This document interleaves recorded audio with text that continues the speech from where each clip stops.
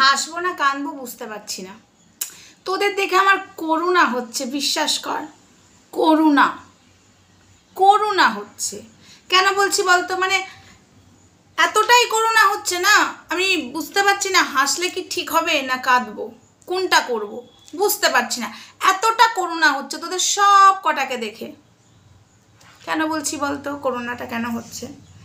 দেখ, প্রথমে গেলি প্রীতমের পাশে, হলো, সেখানে হলো না। তারপরে পিঙ্কি পালের কাছে, পিঙ্কি পালেরকে গাল দিয়ে তারপর আবার পিঙ্কি পালের কাছে গেলি নিজেদেরকে জিতবার জন্য।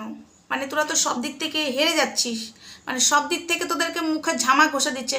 কারণ নোংরা কোনোদিন সফলতা পেতে পারে না, অসৎ সফলতা পেতে পারে না। প্রথমে প্রীতম হলো, তারপরে গেলি পিঙ্কি পাল, রিমির, তারপরে কি হলো দিশানি।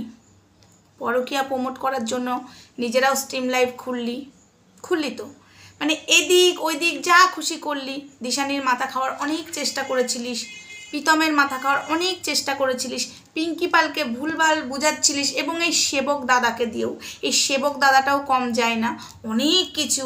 তারপরে আবার বলেছিল আমি যদি ঠিক করে দিই একটা বাইক, তপন কাকুর কাছ থেকে একটা বাইকও চেয়েছিল এই সেবক। তোরা কি না করেছিস নিজেদেরকে জিতবার জন্য, কি না করেছিস। এই ভিডিওটা আমি কেন করলাম জানিস? আমার করুণা হচ্ছে তোদের জন্য, ওই জন্য এই ভিডিওটা করতে বাধ্য হলাম। মানে প্রীতম, রিমি, দিশানি, পিঙ্কি পাল, তপন পাল, মানে নিজেদেরকে জিতবার জন্য তোরা যেভাবে মানে মরিয়া হয়ে উঠেছিলিস না, কোনোটাই হলো না। লাস্টে বিগ জিরো হলো, বিগ জিরো, বুঝিস? বিগ জিরো, হ্যাঁ, সে বিগ জিরো হলি। তাই আমার খুব করুণা হচ্ছে। এখন দেখ, আমাদের পেছনে পড়ে গেছিস, আমাদেরকে যে করেই হোক সৎ পথ থেকে সরাতে হবে, নাহলে তোরা অসৎ কাজগুলো করতে পারছিস না।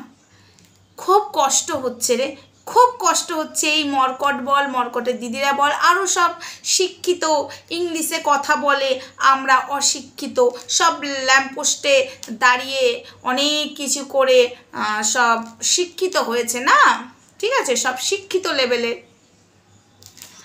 তো তোদেরকে দেখে আমার করুণা হচ্ছে। এই যে আমাদের পেছনে পড়ে আছিস তোরা সব কটা, যেভাবে প্রীতম, রিমি, দিশানি, পিঙ্কি পাল, তপন পালের পেছনে পড়ে মরিয়া হয়েছিলিস নিজেদেরকে জিতাবার জন্য, নিজেদেরকে একদম জাহিল করার জন্য, যে আমরাই ঠিক, আমরা ঠিক, ভুলটাকে ঠিক করার জন্য যেভাবে তোরা মরিয়া হয়ে উঠেছিলিস, পারিসনি কিন্তু।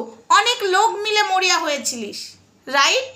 আর আমাদের খুব কম ছিল, কিন্তু এটা সৎ মানুষ, সৎ কাজ করেছি, তাই সতের দিকেই ভগবান সাথ দিয়েছে। আর তোরা অনেক কিছু করিসনি? প্রীতমের সাথে যোগাযোগ করে, দিশানির সাথে যোগাযোগ করে, রিমির মায়ের সাথে যোগাযোগ করে, রিমির সাথে, তপন পালের সাথে করেছিস তো, কিছু করতে পেরেছিস। যে সীমাদির বেলাতে এত করেছিলিস তপন কাকুকে বলে যাতে সীমাদিকে ভিডিও করতে বন্ধ, অনেক অনেক কিছু করেছিলিস যাতে সীমাদি জেলের ভাত খায়, পেরেছিস? পারিসনি কিন্তু এতটা মরিয়া হয়ে উঠেছিলিস। এখন যেভাবে আমাদেরকে সরাতে চাইছিস, হ্যাঁ, আমি একটা কথা বলি, এটাতেও সফলতা পাবি না। এক্ষুনি তুই লাইভে আসবি হয়তো, আমি তোর পরেই লাইভে আসবো। অনেকে বলছে নাকি তোর লাইভ দেখে নাকি আমি লাইভে আসি তোর ভিউয়ার্স টানতে, না, পাবলিককে এবার বোঝাবো আমি এই কাজটা ভালো করব। কেন বলতো? পাবলিককে এটা বোঝাবো, তোর পাবলিক যে কটা আছে, তোর ওই চুনোপুটি ক্রিয়েটার ওই যে কটা আছে দিদিগুলো, সেই দিদিগুলোর বক্তব্য নিকে আমি, তুই লাইভে এলে আমি আসি তোর ভিউয়ার্স টানতে, মোটেই না। সেটা তোর থাকে হয়তো 50-40, আমি যখন ঢুকি 200-300 জন চলে আসে অলরেডি। সেটা কাউন্ট করে নে, আমার লাইভ তোর লাইভ তো। চল তুই আগে এসে করে নে, তারপরে আমি আসবো, ঠিক আছে? তাহলে বুঝতে পারবি, বা আমি যেদিন আগে আসবো তুই আমার সঙ্গেই আসিস, দেখবি তো। করুণা হচ্ছে, প্রচণ্ড করুণা হচ্ছে। চল এই ভিডিওটা দেখ আর ভাব যে সত্যি তো আমরা এখানে ওখানে ছুটছি নিজেদেরকে জেতাবার জন্য, পারছি না, এরাই জিতে যাচ্ছে কেন? এটা একটু মানে চিন্তাধারা করবি। কেন বলতো? আমি বলে দিচ্ছি, আমরা সতের পাশে আছি, অসতের পাশে নেই। আর আমরা সৎ কাজ করি, বুঝেছিস? অনেক মরিয়া হয়েছিস, অনেক চেষ্টা করেছিস, হয়তো ভেবেছিস এই বুঝি এই যে কিছু রেকর্ড, কিছু ভয়েস পুরনো দিয়ে ভাঙাবার চেষ্টা করে যাচ্ছিস। এই টিমটাকে ভাঙবার জন্য যেভাবে তুই মরিয়া হয়ে আছিস, তুই এই আশা নিয়েই মরিয়া হয়ে আছিস। একটা ভয়েস শোনাবো, হয়তো এদের 4-5 জনের মধ্যে একটা অশান্তি সৃষ্টি হবে।